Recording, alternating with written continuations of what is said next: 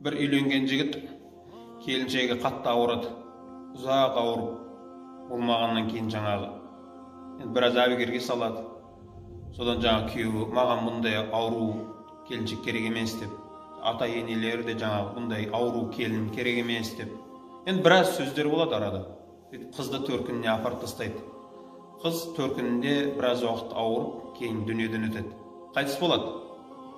Бұл бізде болған жағдай, елімізде, ағайындар. Енді осыны естіп, қалай бұл деуіңіз мүмкін, бірақ бұндай нәрсе көп екен болып жатқан. Жігіттерге, өзіміз отырып қой жігіттер, айтқым келеді. Әйел адам сізге ойыншық емес. Ол аманат. Қияметте ол үшін жауап бересіз. Неке қидырған кезде тамағы, баспанасы, киімі, діні үшін, өмір үшін жауап берем. Қамқорлығыма алам деп уәде берген жоқсыз ба? Дәл сол уәде үшін жауап бересіз ертең қияметте. Дәл сол нәрселер үшін жауап бересіз қияметте. Сіз айтқан жоқсыз ғой, сау болса жүре берсін, ауру болса ауырса қуып жіберем деп. Олай уәделескен жоқ едіңіз ғой.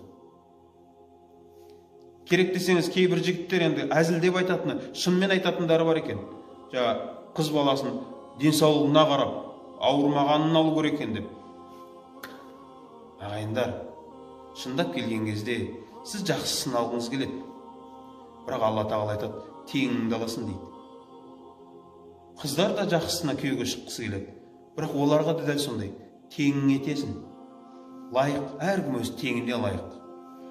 Сол жігіттерге айтарым, жігіттер, әйел адам ауырды ма, оны емдет, соңына шейін. Некелесіп алдың ба болды, саған артқа қарай оны жіберу деген жол жоқ енді.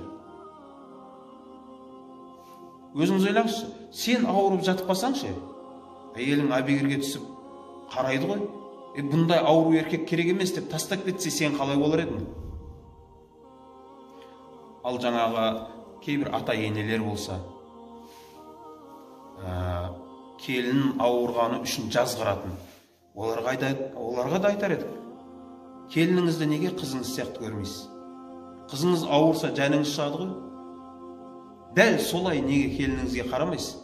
Бізде бұл келін деген әлі күнге шейін бөтен адам сияқты болып тұрды. Шындап келген кезде бұл бір мысал енді. Қызыңыздан сізге келініңіз жақынырақ болады. Өйткені қыз ол бөтен жұрттық. Ол сіздің тұқымыңызды жалғастырмайды. Жиен ел болмайды деп жатырмыз ғой. Ол ел болады. Бұл негізгі мағынасы, ол сенің тегіңді көбейтпейді ол жиен. Келініңіз сіздің тікелей тегіңізді, тұқымыңызды жалғастыратын адам осы емес пе? Тұқымыңыз мықты болу үшін келініңізге де мықты қарау керек шығар. Қалай ойлайсыз?